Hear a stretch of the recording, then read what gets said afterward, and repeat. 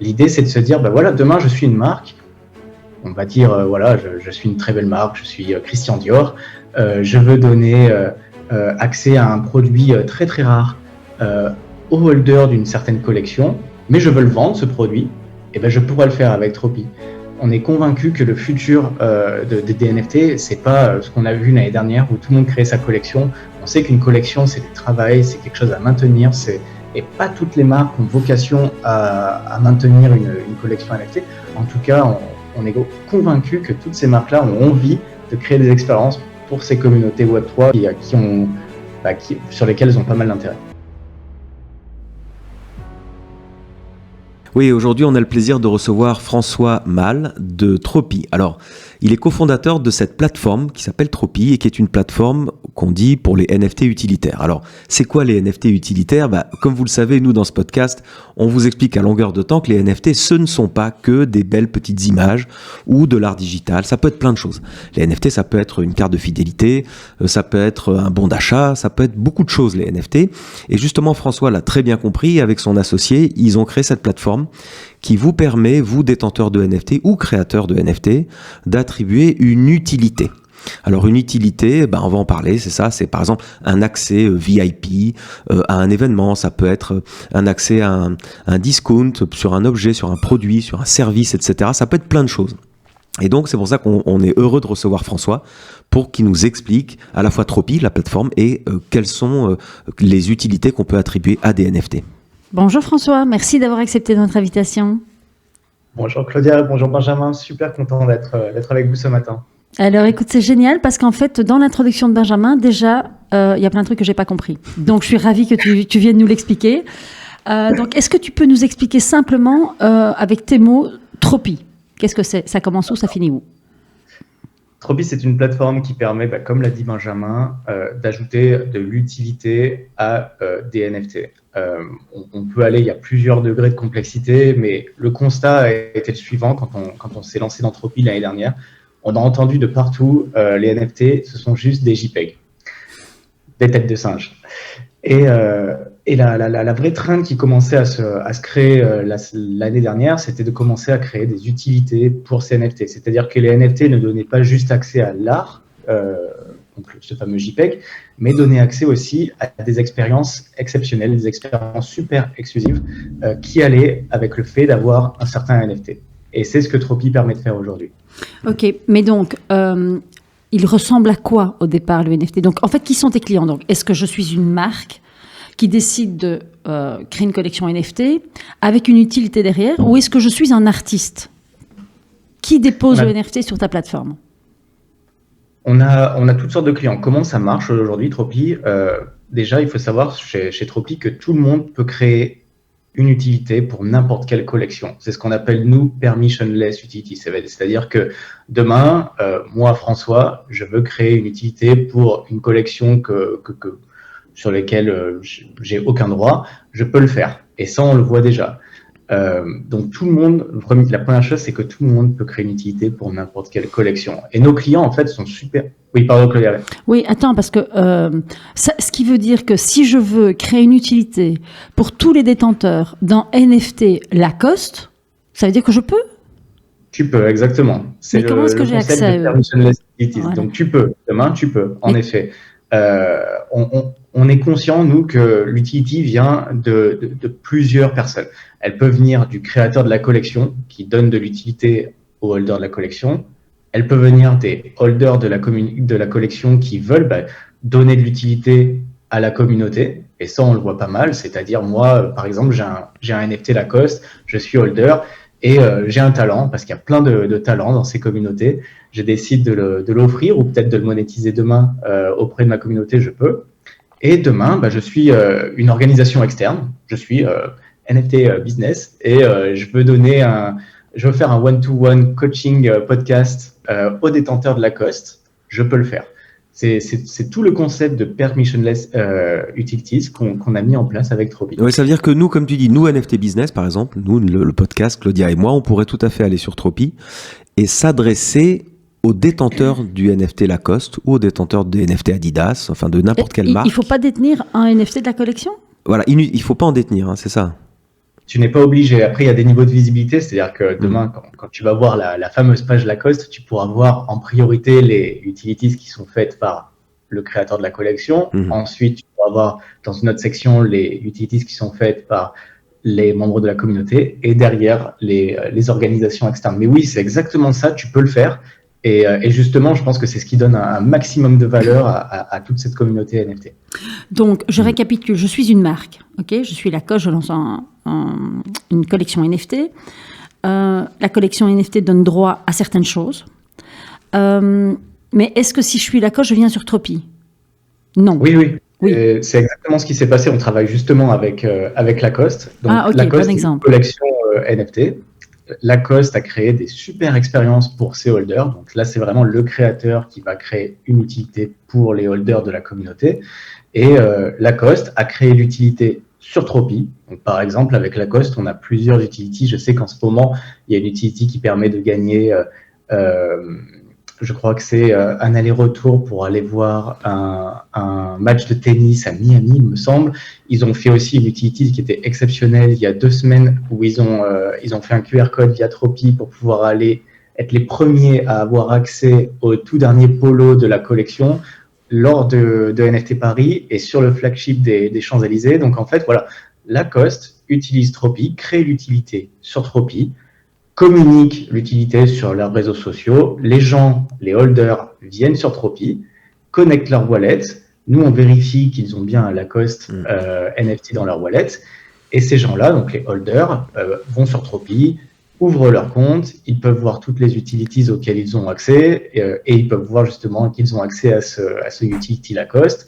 Et ils peuvent ce qu'on appelle, ils peuvent le claim, c'est-à-dire ils peuvent prendre l'utilité et l'activer.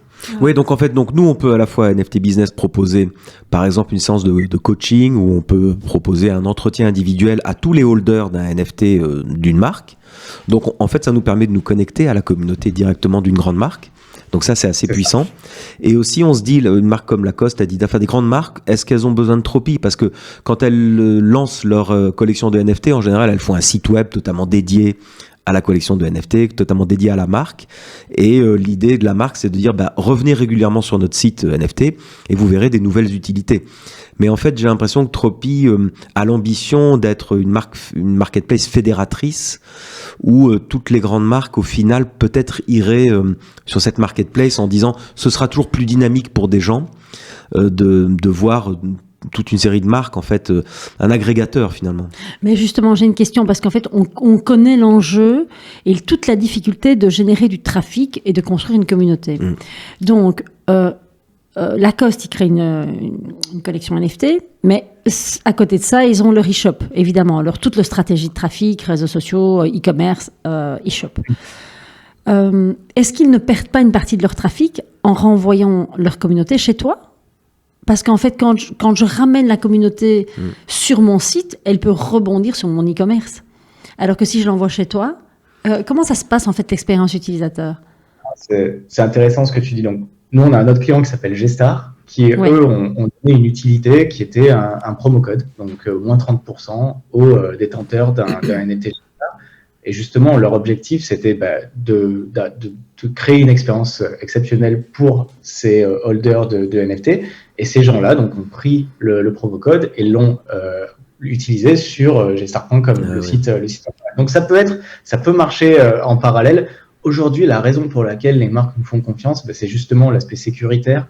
Créer une expérience Web3, on le sait, il y a beaucoup de scams, il y a beaucoup d'enjeux sécuritaires. Aujourd'hui, les gens ont confiance en Tropy. La communauté Web3 a confiance en Tropy.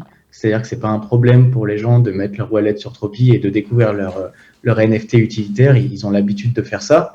Et aussi, je pense que des marques comme ça, quand elles créent une activation Web3, elles ont envie aussi de se donner une identité Web3.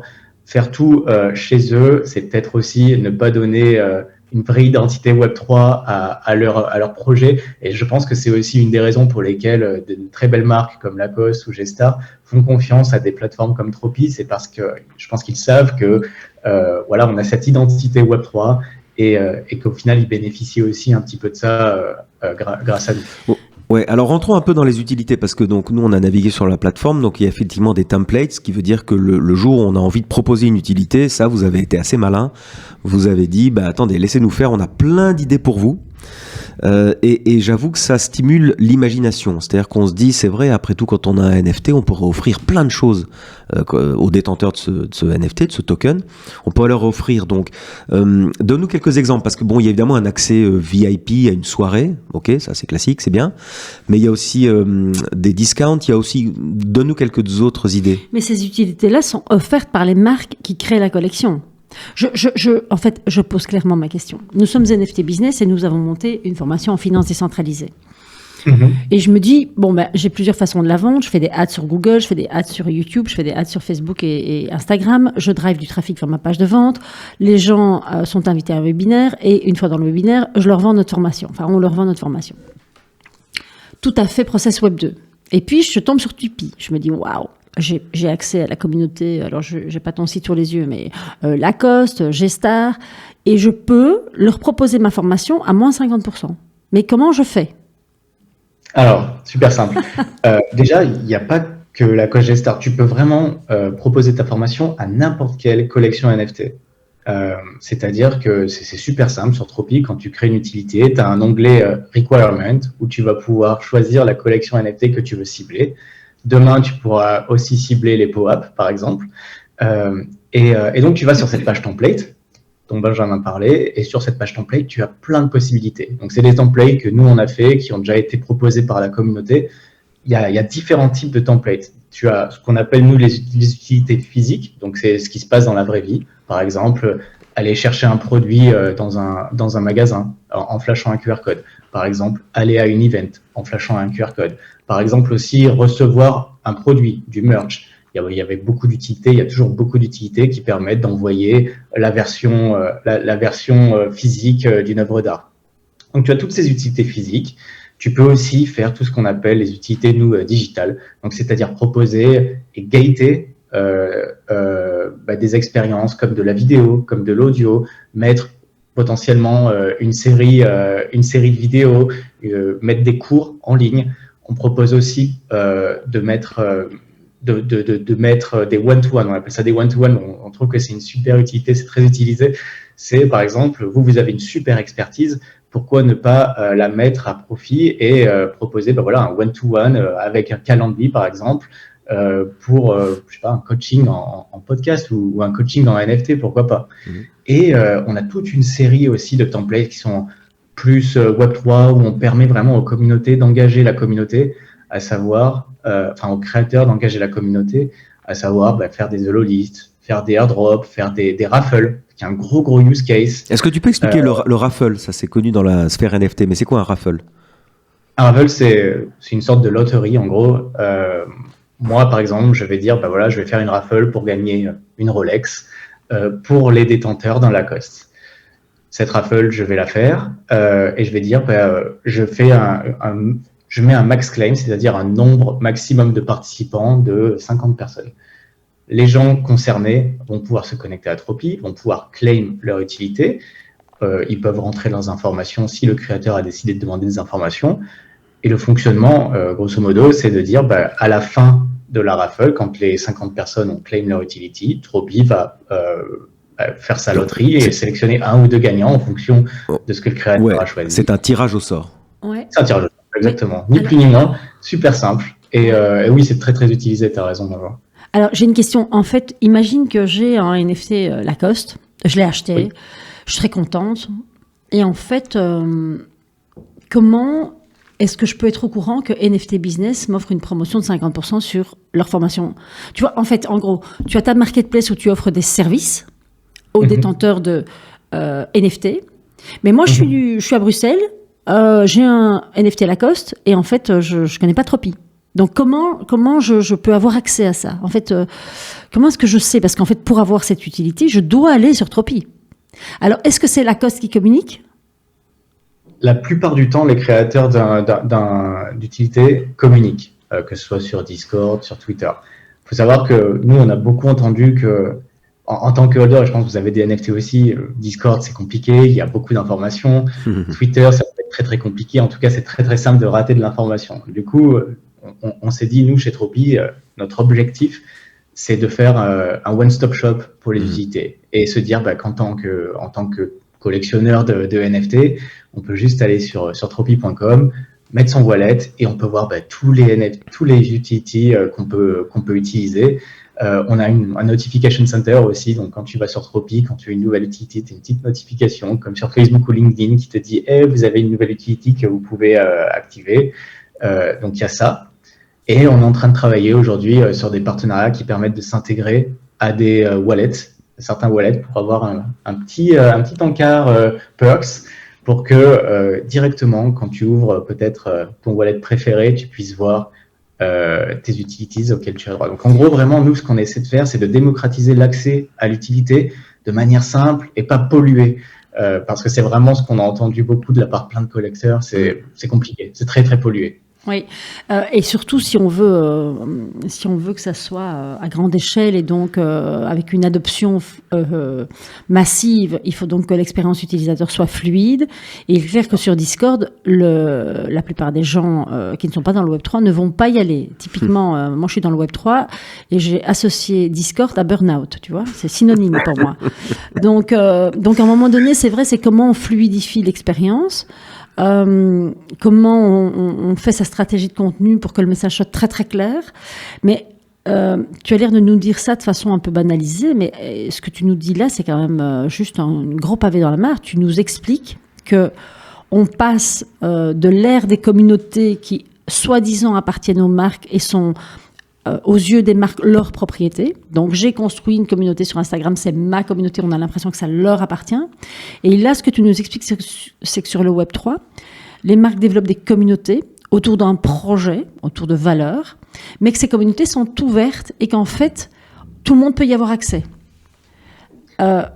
Donc ça veut dire que LVMH construit une communauté autour d'un projet NFT, et moi, NFT Business, je peux avoir accès à cette communauté et leur vendre des choses ou leur proposer des choses, leur dire, vous savez quoi, je vais tous vous offrir un NFT de Benjamin Spark. En fait, c'est des nouveaux modes de promotion, ce sont des nouveaux canaux de vente, mais c'est aussi un nouveau marketing. Parce que si demain, nous offrons un NFT de Benjamin Spark, mon associé, à tous les détenteurs de NFT Lacoste, par exemple, c'est une façon de faire son autopromotion. Ah oui. Bien sûr, non. C'est tout le concept de permissionless, c'est que nous, ce qu'on voit, c'est que ces organisations externes, leur enjeu, c'est d'arriver à cibler une audience crypto qui les intéresse. Et au même titre que quand tu utilises Facebook Ads, tu as peut-être des données démographiques, etc. Sur la blockchain, tu as des données de blockchain. Et je pense que pour certaines marques, leurs enjeux, c'est de se dire, je veux proposer telle utilité à des gens qui ont certains NFT. Ça ne veut pas dire que, en tant que créateur d'une communauté, ta communauté va voir tout ça et tu gardes quand même le contrôle. Sur Tropy, quand tu es le détenteur d'une communauté, la visibilité de ces utilities qui sont externes, donc par exemple, moi, imagine, je suis l'heureux fondateur de Bored Ape, si j'ai Benjamin de NFT Business qui met sa utilité, je peux quand même décider de la cacher si elle m'embête. Le but, c'est pas non plus de créer une expérience polluante, c'est vraiment même l'opposé de ce qu'on veut faire. Nous, notre idée et vraiment notre vision, c'est de proposer des expériences exclusives aux détenteurs de NFT, parce qu'on a entendu de tous les côtés qu'un NFT ne servait pas à grand-chose s'il n'y avait pas d'utilité. Non, mais on pourrait... Mais l'opposé de tout ça, et le danger, c'est d'arriver vers du spam. Et c'est vraiment... tu vois, il y a une fine ligne entre créer des expériences qui ont de la valeur et mettre en avant du spam. Et c'est sur ça qu'on travaille justement. Oui, mais on va peut-être vers une dynamique qui serait ceux qui veulent proposer des utilities, au lieu de les mettre directement sur Tropy, se mettraient alors en contact, par exemple, avec Lacoste, en disant, moi, je voudrais proposer une utility. Comment est-ce qu'on peut faire ça de façon intelligente ? Et comment est-ce qu'on peut faire ça pour que ça serve aux deux ? Nous, on pense que notre utilité peut vraiment être une valeur ajoutée à votre communauté. Et donc, c'est la marque qui offre, du coup, des services qu'ils ne connaissaient peut-être pas. C'est exactement ce qui se passe. Je reprends l'exemple de NFT Paris, donc gros event qui s'est passé à Paris il y a 2 semaines. NFT Paris, ça fait un carton grâce à Tropy. Donc ils ont fait des partenariats avec je crois 85 collections. Ils ont ciblé des très belles collections et ils leur ont dit bah voilà, je vais vous offrir un discount pour payer votre ticket 30, 40, 50% moins cher. Ils ont fait tous ces discounts sur Tropy, ils ont ciblé donc ces 85 collections, et je crois qu'il y a eu 1200 personnes qui ont claim des discounts, et il me semble qu'ils ont vendu à peu près 500 tickets grâce à ces discounts.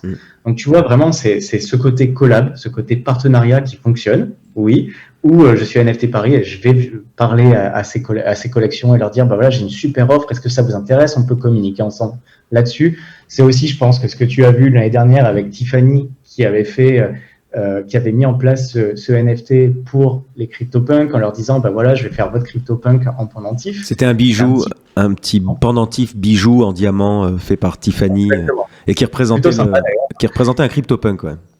C'est ça. Donc, il y a cet aspect collaboration, partenariat, et d'un autre côté, tu as tout l'aspect permissionless, et c'est ce qu'on a vu avec Partouche récemment, qui a décidé d'offrir des dîners, qui a décidé d'offrir des nuits d'hôtel aux détenteurs d'un NFT Porsche. Alors, ils n'ont pas du tout demandé à Porsche, ils se sont juste dit, ben voilà, moi, les détenteurs de Porsche, c'est des gens qui potentiellement m'intéressent, j'ai envie de leur donner de la valeur pour qu'ils découvrent Partouche, pour qu'ils découvrent mon environnement, et là, c'est complètement permissionless. Ouais, donc permissionless, ça veut dire sans permission. Et justement, tu dis on peut le faire sans permission. On peut offrir, moi je peux offrir des utilités à des détenteurs de NFT de marque, mais tu dis qu'on a la main, c'est-à-dire que la marque qui a initié la collection de NFT peut à tout moment me blacklister en disant attendez ça non, ça nous intéresse pas. Mais ça serait pas dans l'intérêt de Tropy que tout le monde blackliste les projets. Alors tu blacklistes pas, c'est-à-dire que l'utility continue à exister, c'est juste que tu lui donnes moins de visibilité sur ta page collection sur Tropy. Okay. À savoir que sur Tropy, chaque collection NFT a une page collection sur lesquelles tu peux voir les utilités faites par la collection elle-même, les utilities faites par la communauté et les utilities faites par ces organisations externes. Et en gros, c'est très simple. Qui est le créateur? Comment on découvre qui est le créateur? Voilà, Tropy regarde, est-ce que tu es la personne qui a créé ce smart contract?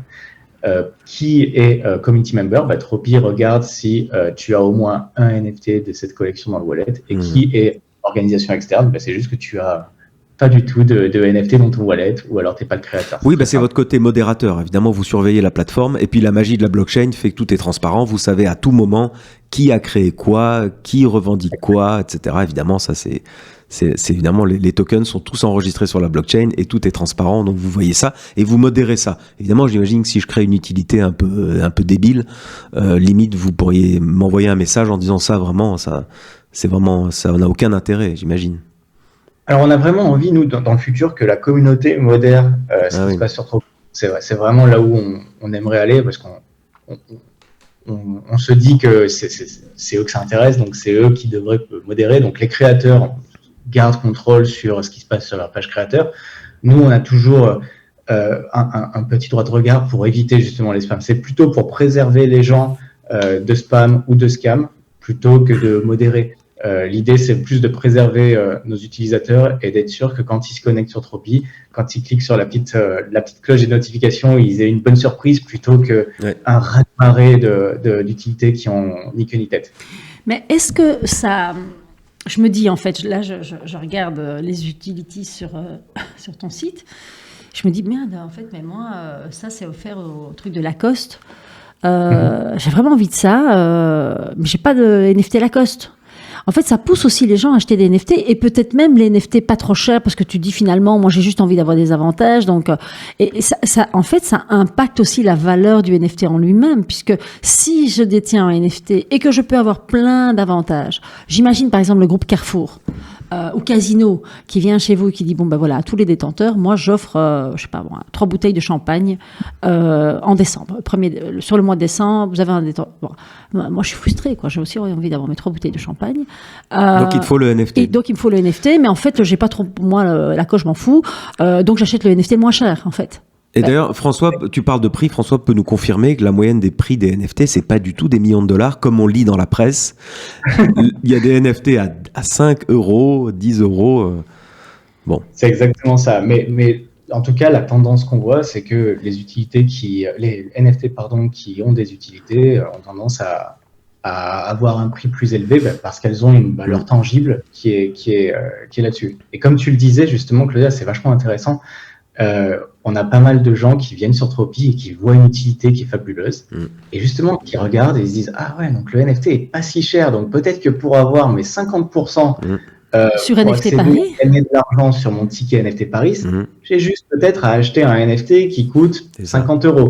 Donc peut-être que je m'y retrouve. Ça, c'est super intéressant. Il y a plein de gens qui filoutent un petit peu sur Tropy et ça participe énormément au fait que le NFT soit plus tradé, qui est aussi une attractivité du NFT. C'est vrai que si tu lui donnes rien à ce NFT, si tu crées pas d'expérience avec ce NFT, je pense qu'une fois la hype passée, il y a plus grand chose qui se passe. Ouais. C'est très difficile. Mais c'est quand même une sacrée claque au métier du marketing, parce qu'en fait aujourd'hui, le métier du marketing, il doit avoir la connaissance Web3 de tout ce que le Web3 peut permettre à son métier de marketeur, à sa relation client, comment on peut améliorer la relation client, l'engagement client.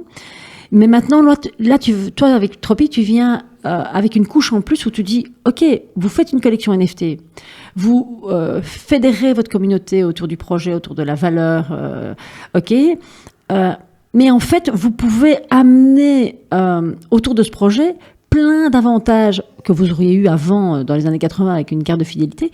Vous pouvez amener plein d'avantages. Et donc, le marketeur, lui, idéalement, il doit être connecté à Tropy avec tous les gens qui proposent ou qui ont envie de proposer des collabs, et être beaucoup plus ouvert. Parce qu'avant, dans le Web 2, quand on voulait proposer une collaboration, Benjamin Spark veut proposer une collaboration avec à Lacoste pour faire une collection de t-shirts. Qu'est-ce qui se passait? Tu devais trouver le directeur marketing, tu devais le persuader, tu devais faire un truc de présentation. Aujourd'hui, en fait, tout ça est beaucoup plus ouvert, beaucoup plus... Alors, est-ce que Tropy devient aussi une plateforme de mise en contact entre les marques et les gens qui proposent des utilités, des avantages? Entre les marques, pas encore. C'est pas mal comme ça qu'on le voit encore.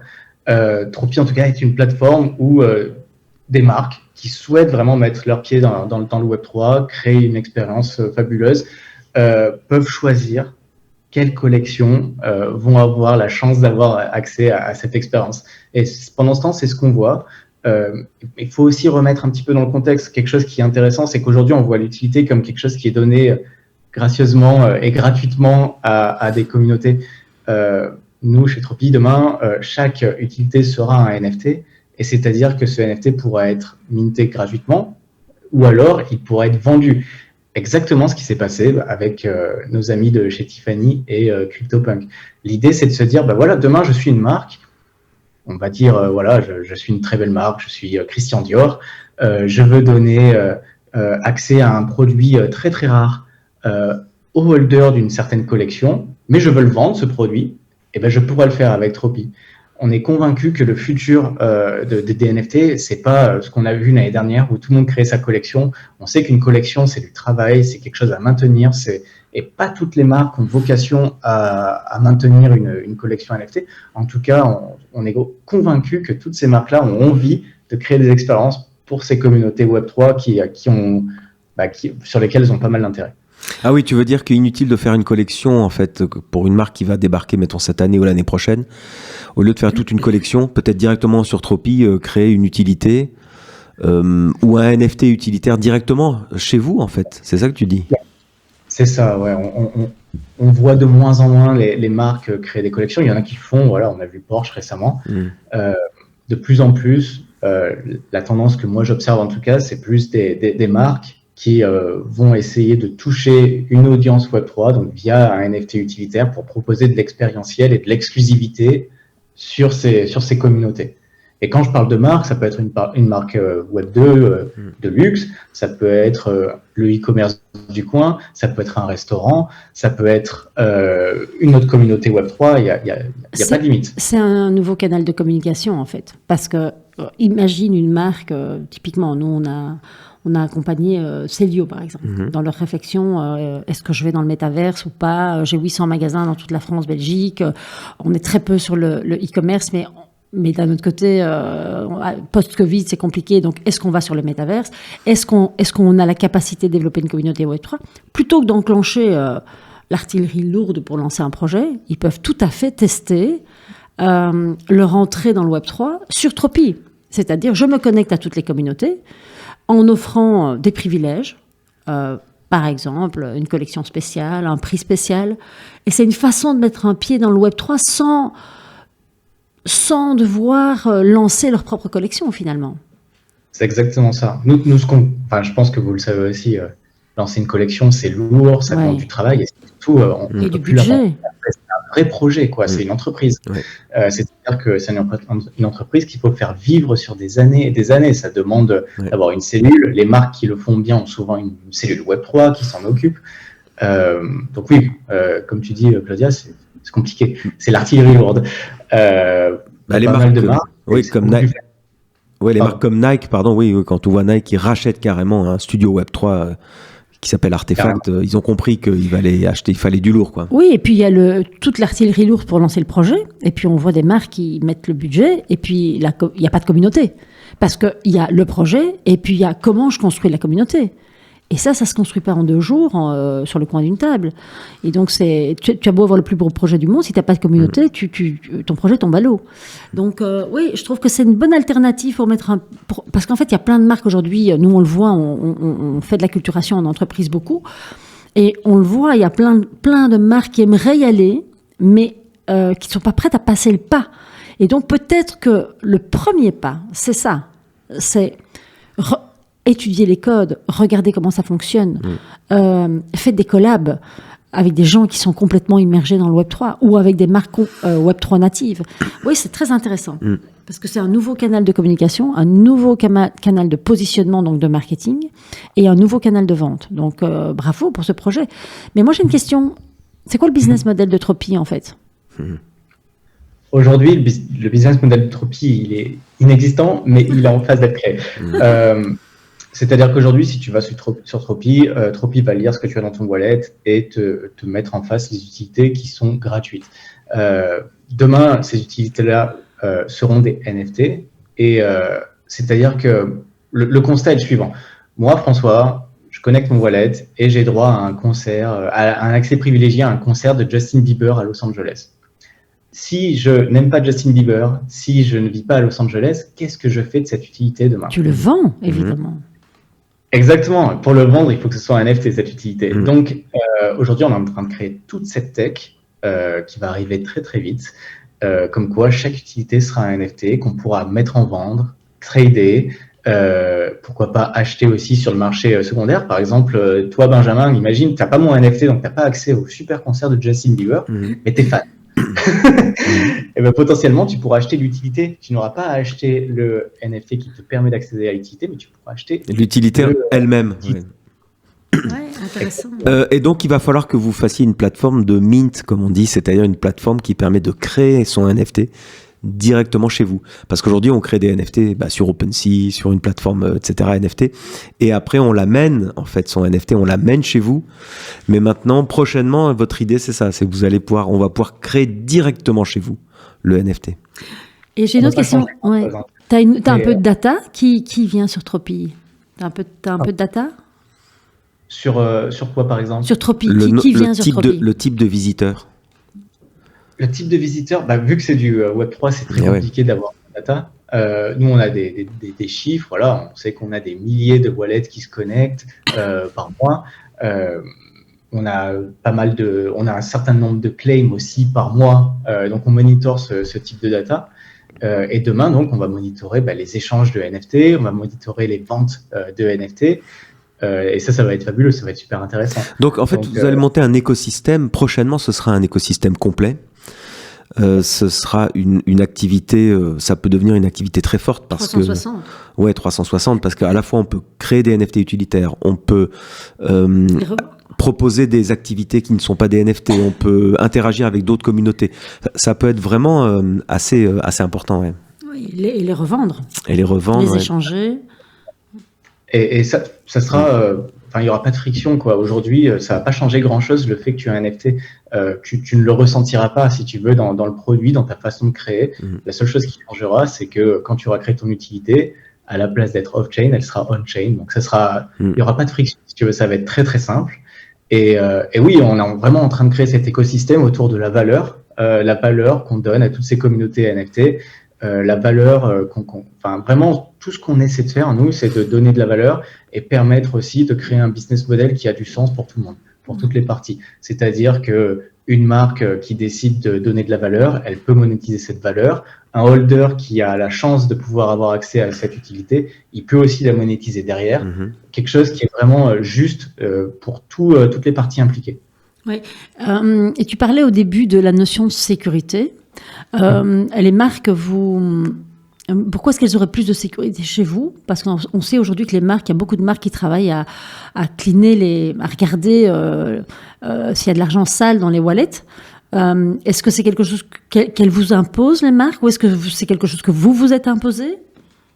Non, je pense que sur tout l'aspect sécuritaire, ce que les marques voient, c'est qu'il y a du volume sur Tropy. Il y a beaucoup de choses qui se passent. Il y a aussi des réglementations, des certifs de sécurité qu'on fait nous en interne. Donc, je pense que les marques voient ça. Et puis jusqu'à présent, touche du bois, mais il n'y a jamais eu un seul problème. C'est aussi beaucoup plus simple, je pense, pour une marque d'activer quelque chose sur Tropy. Ça se fait comme ça, plutôt que de faire tous les process de sécurité, avoir affaire à tous ces agents externes. Ça prend du temps. Faut savoir aussi que dans le Web3, je pense que pas mal de marques que vous côtoyez, c'est une course contre le temps. Ils veulent souvent lancer le demain ou le surlendemain. Du coup, avoir une plateforme comme Tropy qui te permet de faire ça, vraiment de créer une utilité en 2 minutes, c'est super séduisant. Claudia parlait des wallets et de l'analyse des wallets. Effectivement, on voit qu'il y a ça de plus en plus souvent maintenant. Les marques qui lancent des collections font analyser les wallets, parce qu'il faut que vous sachiez, ceux qui nous écoutent, qu'on peut retracer très très loin en arrière l'origine des fonds dans un wallet, l'origine des tokens, Ether, Matic, enfin peu importe, l'origine des crypto-monnaies, pour savoir si à l'origine il n'y avait pas eu une transaction frauduleuse qui avait été identifiée par les autorités. Et donc vous, Tropy, l'idée c'est effectivement d'être le hub de confiance où on va pouvoir connecter son wallet. Donc il faut savoir que typiquement dans le Web3, c'est ce que vous faites quand on connecte son wallet, vous allez analyser tout ce qu'il y a dans le wallet. Vous allez screener le wallet en disant on a repéré toutes les collections de NFT suivantes. Et c'est bien grâce à ça qu'on va pouvoir ensuite interagir avec d'autres NFT, etc. Est-ce que vous allez vous lancer là-dedans? Quelle est la réflexion d'une boîte comme la vôtre sur justement la traçabilité des tokens dans un wallet? Nous, ce qui nous intéresse aujourd'hui, c'est quel est à un moment T, le moment où la personne est sur Tropy, quelles sont les collections qu'il y a dans le wallet, quels sont les NFT qu'il y a dans le wallet pour pouvoir donner la bonne utility au bon holder. Donc ça, c'est vraiment notre grosse priorité, et c'est ce qui se passe en ce moment. Demain, ce qui est intéressant avec les wallets, c'est que tu as pas mal de données, notamment on-chain. Donc voilà, combien le wallet a de crypto combien il y a de crypto sur ce wallet, combien il y a de NFT sur ce wallet, est-ce que ce NFT a un prix supérieur à tant ou pas. Donc, on peut travailler sur ces aspects de données on-chain pour pouvoir permettre justement aux gens de targeter, de cibler les collections qui sont intéressantes. Par exemple, moi, François, demain, je pense que je suis Lacoste, je me dis, j'aimerais bien cibler d'autres collections qui ont un prix un peu élevé ou qui ont une expertise spéciale.